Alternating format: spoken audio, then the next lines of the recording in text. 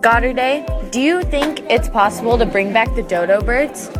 That's a good question. Let's think back to how the dodos went extinct. A long time ago, a terrible storm forced two different species to leave their home.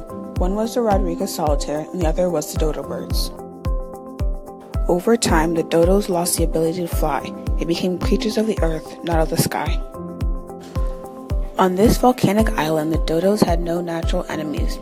They ate roots and berries, and the females laid one egg per year in nests hidden on the ground. The dodos led a good, quiet life, but of course nothing gold can stay.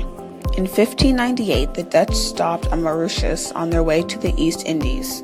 While they were there, they were fascinated by the birds on the island, namely the dodo birds. This flightless bird, having had no enemies, had an unbounded sense of curiosity. They waddled. Because of the dodo's unbridled curiosity, they made easy targets for the sailors' breakfast, lunch, or dinner. While the Dutch were running around trying to capture their next meal, the cats and rats and pigs aboard the ship silently snuck off and hid in the brush till the commotion ended. This was the start of the dodo's downfall. At this point in time, the population of the cats, rats, and pigs the Dutch brought with them has significantly increased. Unfortunately for the dodos, the cats and rats now on this island acquired a taste for dodo eggs. A combination of human and animal hunting pushed the dodo birds past their limit. The dodos started fighting back using their sharp, curved beaks, but by then it was too late. The last dodo was killed in 1681. In 1865, Charles Dodgson, also known as Lewis Carroll, published the book Alice in Wonderland. The reaction to the dodo bird in this story added a new chapter in the dodo's long and tumultuous history, for many people didn't know what a dodo bird was. During the Dutch occupation of Mauritius, some of the sailors dug up some bones. They excavated a site where these bones were plentiful in the marshes and shipped them back to the Netherlands and to Holland for further study.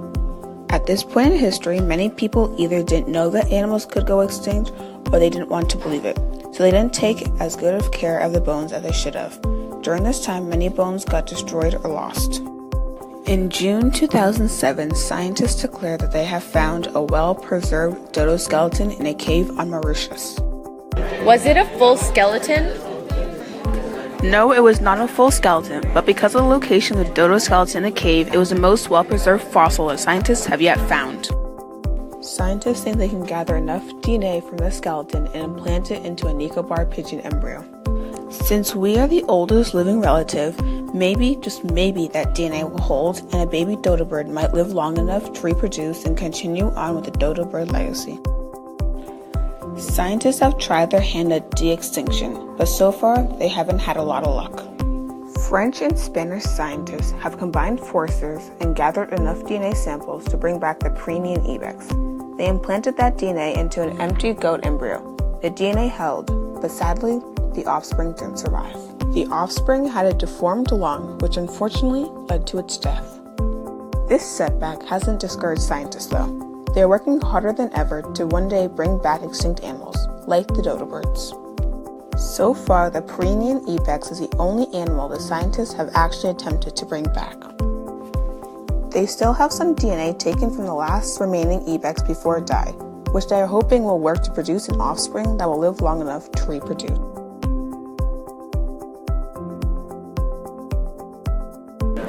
That's so cool. Yeah, and scientists still have a lot more work to do on the topic of de-extinction.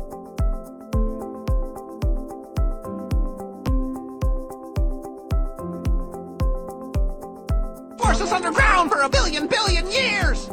So you got 3 melons? If you weren't smart enough to plan ahead, then doom on you!